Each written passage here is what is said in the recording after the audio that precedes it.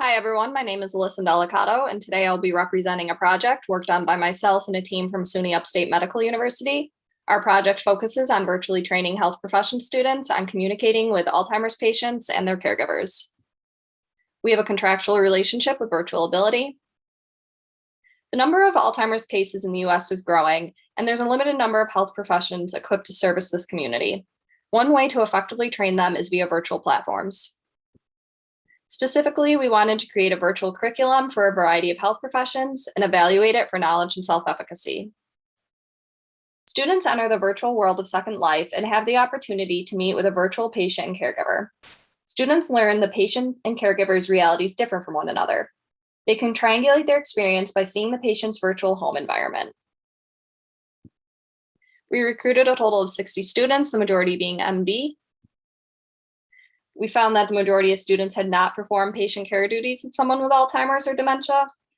And we found that knowledge, attitude, and confidence increased as a result of the training. Students identified nutritional and safety concerns, and we identified major themes from their responses. Majority of students found the training to be satisfying and visually appealing and usable. So the Alzheimer's training increases knowledge and self-efficacy, and it can be easily disseminated.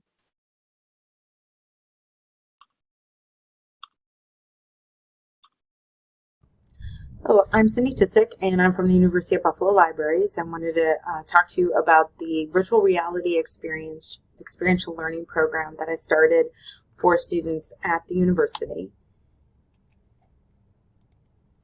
Undergraduate students were invited to be content creators, and based on their areas of interest, we tried to create projects unique for them.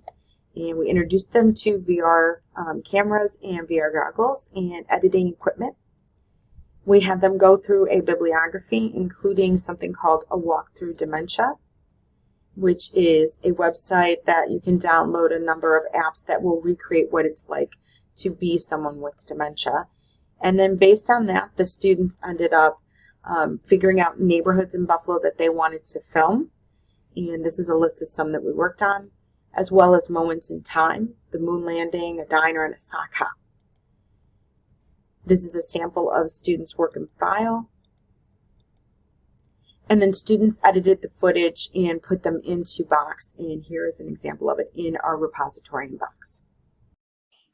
I've been using immersive VR environments in the graduate level for over 15 years. Initially, I started in Second Life. It became too expensive, and then I moved into open source islands, which are less expensive and more user-friendly. I've used them for meetings, poster sessions. I've conducted research in these environments. I even piloted a virtual immersive residency, and now it's become an annual event. I started an institute where we look at new paradigms, and we use this VR space as a launching point. I also use this as a background for the STEM classes that I have, where I want students to come in and think about interdisciplinary ways of bringing STEM into their work. And because the cost is low, a number of students, and you'll see them flying by in the background, have created their own islands and use them for their own needs. Now, because this is cost effective, I've been able to research and find that these islands work very well, and you can find publications to this effect.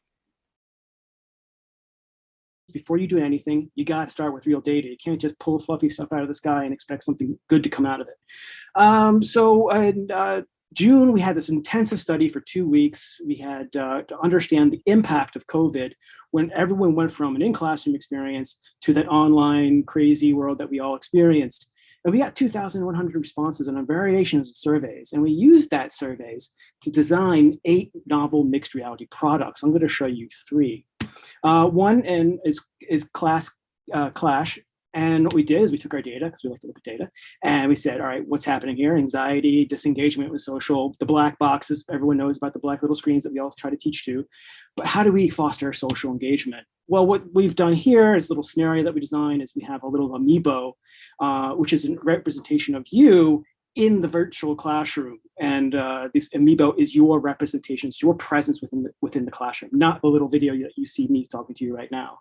And of course, to get our students away from mobile devices, we turned it into a pop socket. So that's your little buzzer, to try to get as best as we can to put these things away. Hi, my name is Dr. Nicole Simon. I'm a STEM faculty member at Nassau Community College, which is part of the SUNY State University of New York system. Today we're going to take a look at virtual labs for virtual times. I think this is very important for students as some of them are still learning remotely, and also gives them the flexibility for them to learn and repeatability for labs, which is so essential for critical thinking skills.